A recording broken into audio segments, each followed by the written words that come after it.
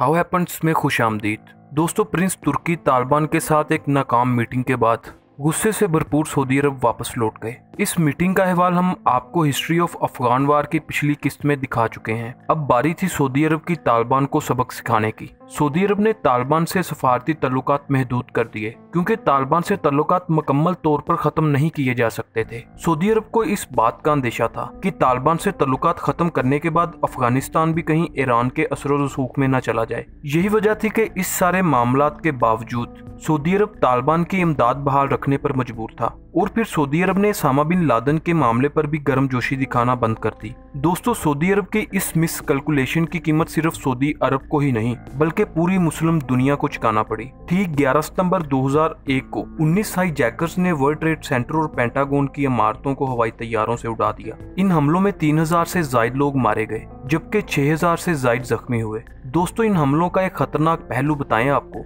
इन हमलों में शरीक सभी नौजवान मुसलमान थे और 19 में से 15 नौजवान सऊदी शहरी थे जबकि बाकी 4 भी दूसरे अरब मुल्कों से ही थे। और दूसरी तरफ अलकायदा, जिस पर 9/11 के हमलों का इल्जाम लगाया जा रहा था, इसका सरबराह उसामा बिन लादेन भी अरब शहरी ही था। इस तरह तमाम हालात के ताने बाने सऊदी अरब से मिल रहे थे, जो कि सऊदी अरब की परेशानी की सबसे बड़ी वजह थी। दोस्तों, 9/11 के हवाले से इस्लामी दुनिया में फैलने वाली एक बड़ी ताकतवर अफवाह ये थी कि इसराइल की खुफिया एजेंसी मोसाद ने न्यूयॉर्क में रहने वाले 3 या 4 हजार यहूदियों को इन हमलों की इतला पहले से ही दे दी थी। यही वजह थी कि 9/11 के हमलों में एक भी यहूदी नहीं मरा था। लेकिन दोस्तों, 9/11 के हमलों का एक सच बताएं आपको। 9/11 के हमलों में मारे जाने वाले 10 से 15% लोग यहूदी मजहब से ही तल्लुक रखते थे, यानी लगभग 450 यहूदी इस हमले में मारे गए थे। अमेरिका 9/11 का बदला लेने के लिए अफगानिस्तान पर हमले की तैयारियां शुरू कर चुका था। दोस्तों, फिर वही हुआ जिसका सऊदी अरब को खदशा था। अमेरिका ने अफगानिस्तान पर हमले के लिए सऊदी अरब से इसकी प्रिंस सुल्तान एयरबेस मांग ली,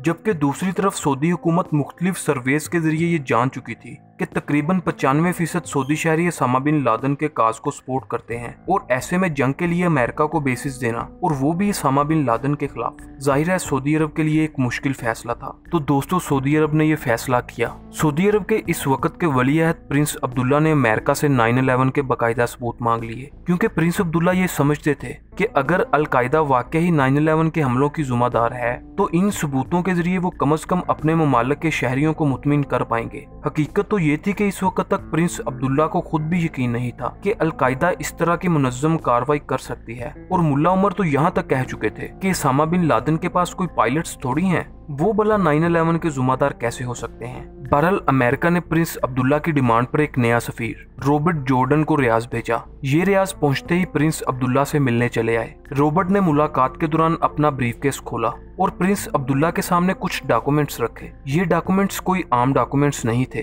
बल्कि 9/11 के बाज़ाब्ता सबूत थे। इन डॉक्यूमेंट्स में तमाम सऊदी हाईजैकर्स का मुकम्मल डाटा तस्वीर के साथ मौजूद था। कौन से हाईजैकर का क्या नाम था, ये सऊदी अरब में किस जगह मुकीम था और इन लोगों ने इस हमले के लिए कहां कहां से ट्रेनिंग हासिल की। दोस्तों, क्योंकि 19 में से 15 हाईजैकर्स तो थे ही सऊदी शहरी, तो प्रिंस अब्दुल्ला के लिए इन सबूतों की इन्वेस्टिगेशन करना कोई मुश्किल काम नहीं था। प्रिंस अब्दुल्ला ने फोन घुमाना शुरू किया और इन सऊदी हाईजैकर्स के वुट्सा से राब्ते किए। जैसे जैसे इनकी इन्वेस्टिगेशन पूरी होती गई वैसे वैसे प्रिंस अब्दुल्ला को ठंडे पसीने आने लगे, क्योंकि इन सबूतों का डाटा हरफ बाय हरफ ठीक साबित हो रहा था। अब प्रिंस अब्दुल्ला के पास अमेरिका का साथ देने के सिवा कोई चारा नहीं था, लिहाजा उन्होंने अमेरिका को प्रिंस सुल्तान एयरबेस को इस्तेमाल करने की इजाजत दे दी। लेकिन याद रहे, इस एयरबेस से अमेरिका सिर्फ अफगानिस्तान में जासूसी कर सकता था या अपने बमबार तैयारों को गाइड कर सकता था, जबकि अमेरिका को यहाँ अपने तैयारों को लैंड करने या खड़ा करने की कतई इजाजत नहीं थी। ये फैसला भी प्रिंस अब्दुल्ला का ही था और इनका ये फैसला अटल था, जो कि अमेरिका के लिए एक परेशानी की बात थी। लेकिन अमेरिका की ये परेशानी ज्यादा देर नहीं रही दोस्तों। इस मसले में अमेरिका के काम आया एक और इस्लामी मुल्क ओमान। असल में ओमान ने अमेरिका से हथियारों की डील कर रखी थी, जो कि काफी देर से ताखीर का शिकार थी। अमेरिका को इन हथियारों की डील के बदले में ओमान की एयरबेस इस्तेमाल करने की इजाजत मिल गई। तो दोस्तों, फिर क्या था, अमेरिका ने अपने बमबार तैयारों के पूरे फ्लीट्स इन एयरबेसिस पर खड़े कर दिए। यहाँ पर बहुत से दोस्तों के जहनों में यकीनन ये सवाल गर्दिश कर रहा होगा कि जनरल मुशर्रफ ने भी तो पाकिस्तान की शमसी और शहबाज एयरबेस अमेरिका के हवाले कर दी थी। जी बिल्कुल कर दी थी, लेकिन ये एयरबेसेस सिर्फ मेडिकल साजो सामान की आमदोरफ्त और ड्रोन हमलों के लिए ही इस्तेमाल हुई थी, ना कि बमबार तैयारों के पूरे फ्लीट्स खड़े करने के लिए। हाँ, पाकिस्तान एयर स्पेस बहरहाल ओमान से उड़ने वाले अमेरिकी जंगी तैयारे इस्तेमाल करते थे। इसके अलावा हमारे जनूब में एक जजीरा है जिसे हम ईगो गार्सिया के नाम से जानते हैं। ये जजीरा बरतानिया की मलकियत है। यहाँ पर भी अमेरिका ने अपने B-2 और B-52 बमबार तैयारे लाकर खड़े कर दिए थे और बाकी बचा हमारा समंदर बहराए अरब। तो दोस्तों, यहाँ भी अमेरिकी एयरक्राफ्ट कैरियर्स अपनी पोजीशन संभाल चुके थे। एक और अहम तरीन इस्लामी मुल्क और अफगानिस्तान के हमसाए ईरान का जिक्र तो अभी बाकी है। जब अमेरिकी सदर जॉर्ज बुश ने ईरान से ये सवाल किया कि आप हमारे साथ हैं या दहशतगर्दों के साथ, तो ईरानी सुप्रीम लीडर ने इसे कैसे रिस्पॉन्ड किया। वो क्या वक्त था जब मुल्ला उमर उसामा बिन लादेन को अफगानिस्तान से निकालने के लिए राजी हो गए थे। लेकिन फिर दोस्तों, हम ये सब कुछ जानेंगे, लेकिन हिस्ट्री ऑफ अफगान वार की अगली किस्त में।